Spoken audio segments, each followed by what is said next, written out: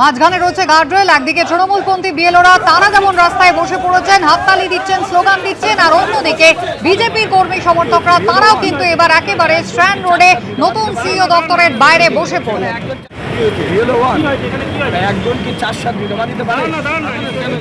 বলে বুঝতে পারছেন যে পরিস্থিতি এখনই শান্ত হওয়ার কোনো লক্ষণ দেখা যাচ্ছে না। দুপক্ষই, একদিকে তৃণমূলপন্থী বিএলও সংগঠনের সদস্যরা তারা বসে রয়েছেন এবং টানা স্লোগান দিয়ে চলেছেন, অন্যদিকে বিজেপির কর্মী সমর্থক এবং সদস্যরা তারা বসে স্লোগান দিচ্ছেন। মূল বিতর্কের বিষয় 400 জন ফর্ম 6 জমা দিতে এসেছেন বলে অভিযোগ তাদের।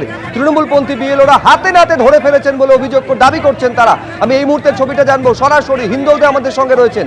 হিন্দোল, দুপক্ষই বসে রয়েছেন এবং স্লোগান একে অপরকে উদ্দেশ্য করে ছুটছেন, কি পরিস্থিতি?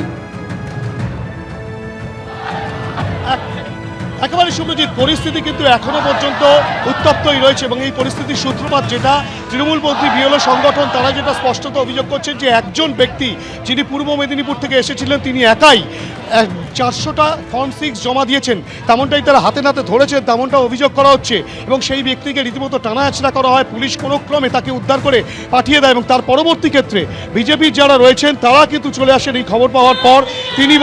তারা বলছেন অর্থাৎ বিজেপির তরফ থেকে যেটা অভিযোগ করা হচ্ছে, তারাও এখন ইতিমধ্যেই তুমি দেখতে পাচ্ছ যে